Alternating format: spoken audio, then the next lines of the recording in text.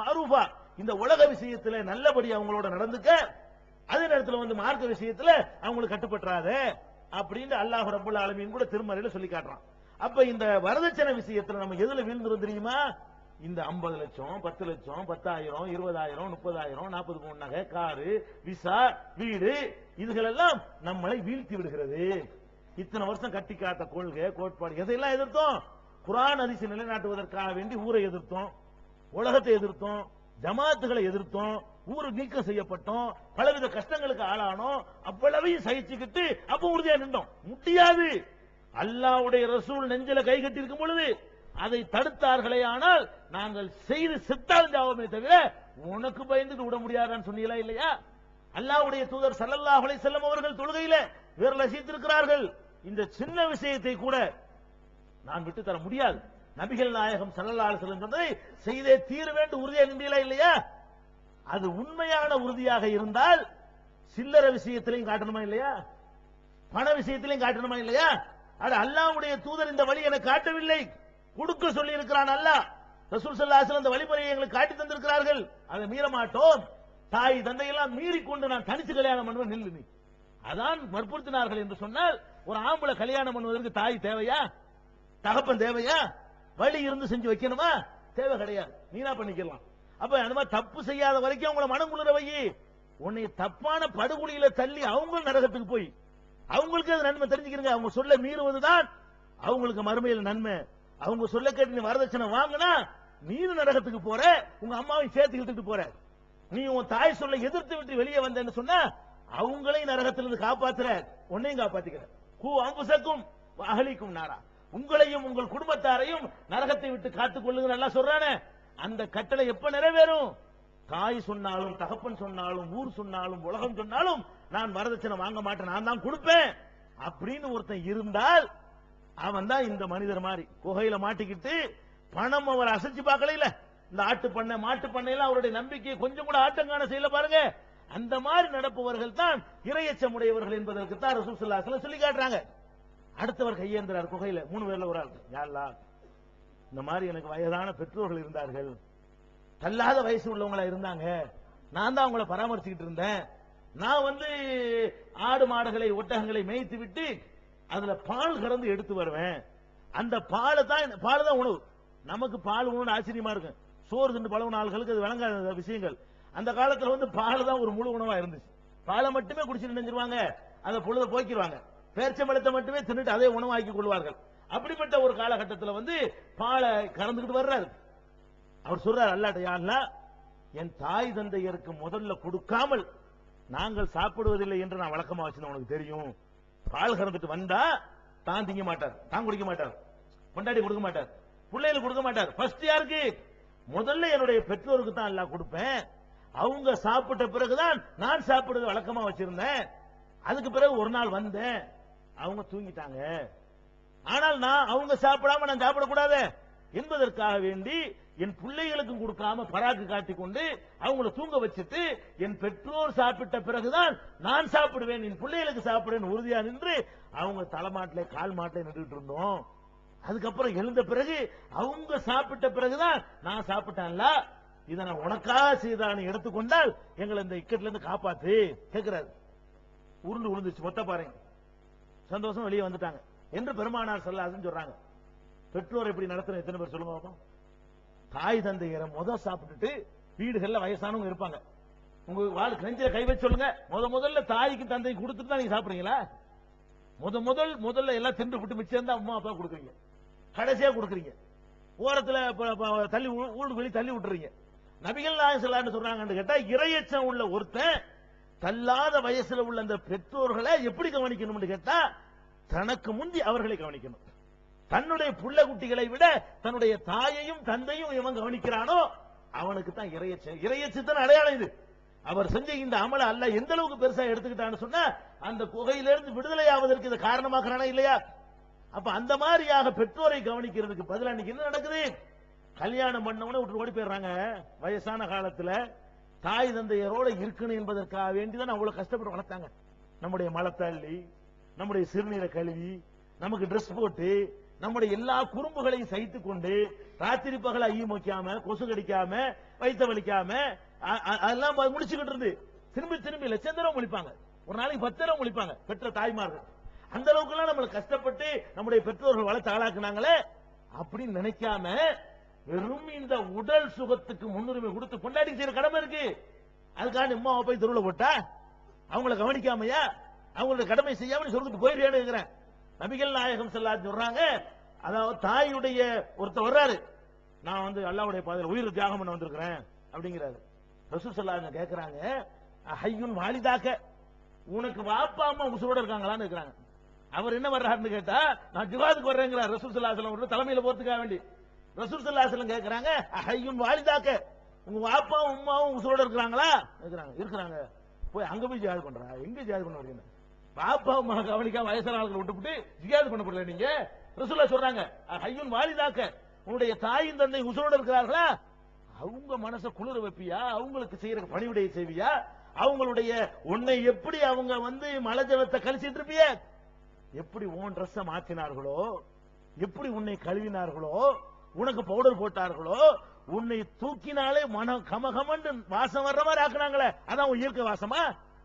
நீ சிறுநீர் கழிச்ச மேனிக்கு மூத்திரம் மேஞ்ச மணிக்கு தூக்குனா அந்த வாசம் வருமா? புள்ளைய தூக்குனா மணக்குது இல்லைங்க, அது புள்ளைக்கு உள்ள இயற்கை மனமா? அம்மாக்காரி உண்டாக்குற செயற்கை மனம் அது. அவ கல்விக்கு இந்த பவுடர் போட்டுட்டு அப்படி தூக்குனா கும்பிட்டு அடிக்குது வாசம். அந்த மாதிரி ஆக்குனால இல்லையா உன் தாய்? இப்படி எல்லாம் உன்னை வந்து அடுத்தவர்கள் தூக்கி ரசிக்கிற அளவுக்கு செய்தார்களே, நீ உன் பெற்றோருக்கு எத்தனை பேர் இந்த மாதிரி பணிவிடை செஞ்சீங்க? வீட்டுல வச்சு சோறு போடாதவனா இருக்கான், சகுத்து போயிருவான், இறைச்சம் உள்ளவனா இவன். இவன் தொழுதாலும், இவன் நோம்பு வச்சாலும், இவன் வந்து ஏத்திகா பள்ளியாசல இருந்தாலும், தௌஹீதுல இருந்தாலும், சிறுக்கு வைக்காம இருந்தாலும் இவன் சொகுத்து போயிருவானா? இதனால லேசல விட நினைக்கிறீங்களா? அவ பெற்றோருக்கு செய்யற கடமையிலிருந்து பெண்களையும் வச்சுக்கிறேன். உங்கள் கணவன்மார்களை பெற்றோருக்கு பணிவிடை செய்வது தடுக்கிற குற்றத்தை செஞ்சீங்க, அதுக்கு அல்ல இருக்கும். அவனுக்கு நான் சுமத்தி இருக்கிற கடமையை நீ வந்து திசை திருப்பியா?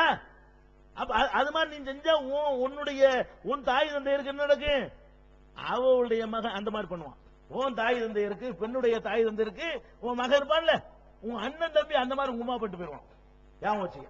ஒவ்வொருவரும் தங்களுடைய ஒவ்வொரு வீட்டுக்கு வந்த புகுந்த பெண்கள் என்ன செய்யணும்? தாய் தந்தையரை கவனிக்கிறதுக்கு ஒத்துழைப்பா இருக்கணும், உறுதுணையா நிக்கணும். வாப்பா கவனிங்க, முதல்ல மார்க்கப்படி தகப்பனாருக்கு முதல்ல சோத்த கொடுங்க, மார்க்கப்படி உமாவுக்கு முதல்ல சோத்த கொடுங்க, அப்புறம் நம்ம பிள்ளைகளை கொடுப்போம், அப்புறம் நம்ம சாப்பிடுவோம் அப்படின்னு சொல்லி கொடுக்கறதுல கூட ஃபர்ஸ்ட் யார் கொடுக்கணும்? பெற்றோருக்கு கொடுத்து அவர்களை மனங்குளிர யார் வைக்கிறானோ அவன் தான் இறையச்சம் உள்ளவன். அது அல்லாஹ் எவ்வளவு பெரிய அமலா ஏத்துக்கொண்டு மொத்தத்தை ரிலீஸ் பண்றாங்க. 3 வரை ரிலீஸ் பண்றதுக்கு இவருடைய கடைசி இந்த அமல் தான் காரணமா இருக்குது. அப்ப இறையச்சம் என்று சொன்னால் இந்த மாதிரி நம்ம வாழ்க்கையில வந்து எல்லா வகையிலையும் மிளிரணும், எல்லா வகையிலையும் நமக்கு வந்து நல்ல காரியங்கள் நம்மிடம் நிகழ்த்து கொண்டிருக்கணும். இந்த மாதிரி நோக்கத்திற்காகத்தான் இஸ்லாமிய மார்க்கம் வந்து இறையச்சத்தை சொல்லுதே தவிர மற்ற மதங்கள் மாதிரி ஏதோ காணிக்க உண்டியல்ல போட்டா அல்லாஹ் குளிந்துருவான் நம்ம அப்படி இறைவன் இல்லையில. வேற மார்க்கங்கள் என்ன இருக்கு? இறைவனை தேவை உள்ளவர்களாக சித்தரிக்கிறாங்க. மற்ற மார்க்கங்கள் எல்லாம் கடவுள்னா அவனுக்கு தேவை இருக்கும் நினைத்து காணிக்க போடுறாங்க. காணிக்க போட்டு என்ன நினைச்சுக்கிறான்? கடவுளுக்கு ஏதோ கொடுத்தா நம்மளால என்ன நம்ம கொடுத்துட்டோம் நினைச்சுக்கிட்டாங்க. உண்டியல்ல காசை போட்டு கடவுள் ஏதோ நம்ம கொடுத்தாரு நம்ம அவர் கொடுத்துட்டோம். அல்லது என்ன செய்வோம்? ஒரு முக்கியமான தலைவர் இருக்காரு, தலைவரை சந்தோஷப்படுத்திருக்கா என்ன செய்வாங்க? ஒரு ஆடல் பாடல், முக்கியமான ஒரு ஜனாதிபதி வர்றான்னு வைங்களேன் வெளிநாட்டுல இருந்து, அவரை வரவேற்க என்ன செய்வாங்க? 2-3 பொம்பளை ஆட விட்டு மியூசிக்ல கொடுத்து அப்படி அவரை குளிர வச்சோம்னு சொன்னா அவருக்கு அந்த அந்த சந்தோஷம் அடைஞ்சிருவாரு நினைக்கிறாங்க. இதே மாதிரி என்ன பண்ணுவாங்க? கடவுளுக்கு முன்னாடி இருந்துகிட்டு ஆட்டம் பாட்டம் கரகாட்டம் குறவங்கிறது ஆட்டம் அவனை ரசிக்க வச்சு நல்ல முடிஞ்சு வச்சுக்காத. நீ எதை எனக்கு காசு பணத்தை கொடுத்த, நான் உனக்கு ஒரு என்டர்டைன்மெண்ட் என்ன செஞ்சேன், உனக்கு ஒரு கரகாட்டம் நீ பார்த்து ரசி முடிஞ்சு வச்சுப்பா உனக்கு இப்படி நினைக்கிறாங்க. எல்லா மதத்துல அப்படி இருக்குது. கடவுளுங்கிறவன் வந்து காசு பணத்துல தேவை உள்ளவன், உணவுல தேவை உள்ளவன், அல்லது ஆட்டம் பாட்டம் இசை பாட்டு இசையில் மயங்குவான்லாம் சொல்றாங்களா இல்லையா? இசையில மயங்குவானா இறைவன்? இறைவன் மயங்குறவன் இறைவனா? இறைவன் எதுக்கு மயங்க கூடாது? அப்படி இவங்க என்ன செய்யறாங்க? இசையில பாட்டை படிச்சுக்கிட்டு அப்படியே பண்ணா இறைவன் அப்படி குளிந்துருவாரு என்றெல்லாம் நினைக்கிறாங்க. அப்படி மறக்குமா இது? இறைவன் இதெல்லாம் நாடகமான சமத். அல்லாஹு சமத். அல்லாஹ்ங்கிறவன் எந்த தேவையும் அவனுக்கு கிடையாது. இந்த ஆட்டம் பாட்டம் கூத்து உண்டியல் காசு இதெல்லாம் எனக்கு தேவை கிடையாது. நெத்திய வச்சு ரசூல் ஸல்லல்லாஹு சொல்றாங்க, உலகத்துல எல்லாரும் சேர்ந்து, எல்லாரும் இந்து முஸ்லிமும் கிறிஸ்தவன் நாத்திகன் பௌத்தன் அம்பட்டு பேரும் சேர்ந்துக்க, அதோடு கூட ரசூல் ஸல்லல்லாஹு அலைஹி சொல்லல, ஜின்னையும் சேர்த்துக்க. லவ் அன்ன இன்சக்கும் ஜின்னக்கும், மனுஷன் பூரா அவனா சேர்றா, ஜின்னைலாம் உனக்கு துணைக்கு. ஜின்னு நம்ம அளவுக்கு இருக்குமே, நம்ம 600 கோடி பேர் இருந்தோம்னா அது ஒரு 600 கோடிக்கு மேலதான் இருக்கும்.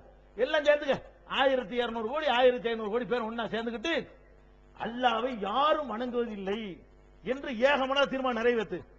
என்னுடைய தகுதியில் ஒரு ஊசியில ஒரு கடல்ல முக்கி எடுத்தால் எவ்வளவு தண்ணி வருமோ அதை கூட அது குறைச்சிடாது. போட அல்லாஹ் சொல்றான், நீங்க ஒருத்தர் எங்களை வணங்கலன்னா எங்களுக்கு ஏதாவது வந்துருமா? போங்கடா, உங்களை பாக்குறதுல பாத்துக்கிறேன்.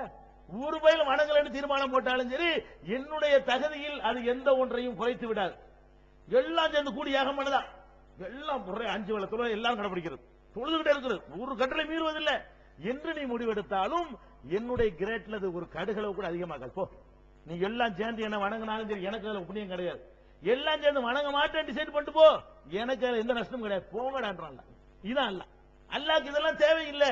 இந்த நெத்தியை கொண்டு வச்சவன அவனுக்கு என்ன கிடைச்சு போயிடுது, குனிஞ்சவன என்ன கிடைச்சு போகுது? அல்லாஹ் ஒண்ணும் கிடைக்க போறது இல்ல. நீங்க பட்டினியா இருந்தா அல்லாஹ்க்கு என்ன, அல்லாஹ்க்கு மிச்சப்படுத்திக்கிற போனா ரேஷன் தட்டுப்பாடா இருக்குது, நீங்க ஒரு மாசம் சாப்பிடாம இருங்க, அப்பதான் கொஞ்சம் சமாளிக்கல, அதுக்காக திங்காம இருக்க சொல்றான். நீ நான் தாண்டில திங்கிற ரமணான்ல, மற்ற நாள்ல திங்கிறத விட ரமணான இழுப்பு ஜாஸ்தியா இருக்கிறது.